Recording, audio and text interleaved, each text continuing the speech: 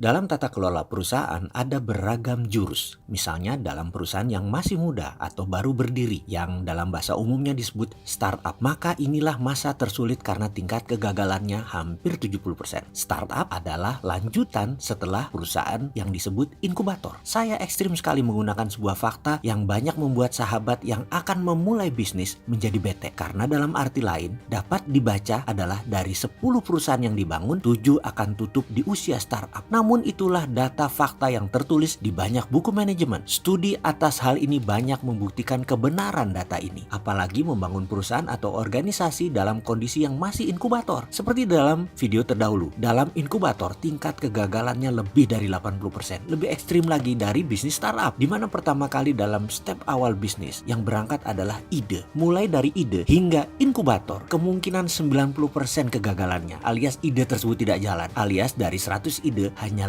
yang jadi kenyataan dan masuk level inkubator. Ternyata dari 5 yang dibangun hanya 1 kurang lebih yang masuk kategori startup. Dan dari startup menjadi grow company atau organisasi yang tumbuh, itu pun masih membuang 60%-nya lagi, alias sepertiga lebih sedikit yang survive. Dan di level grow, angka mortalitas kematian organisasi mulai mengecil. Dari 10 yang tumbuh akan bertahan hingga 5 tahun ke depan lebih dari 60%. Mereka yang 40% bertumbuh di atas 10 tahun. Itu masuk organisasi atau perusahaan yang mature. Di organisasi atau di perusahaan mature ini tingkat mortalitas kematian organisasi menjadi sangat kecil sekali. Kurang dari 15% yang gagal atau yang tutup. Karena ada banyak cara untuk keluar dari masalah di level mature ini. Dan ada lagi satu level di atas mature. Tetapi saya mau simpen buat lain kesempatan. Kenapa? Karena saya ingin bertanya balik kepada sahabat. Apakah perusahaan sahabat sudah berusaha di atas 5 tahun? Apakah sudah mature? Kalau belum, kita tunda pelajarannya. Kita balik ke startup, organisasi, dan perusahaan inkubator. Ada hal yang harus dikuasai, yaitu 2 jurus maut yang namanya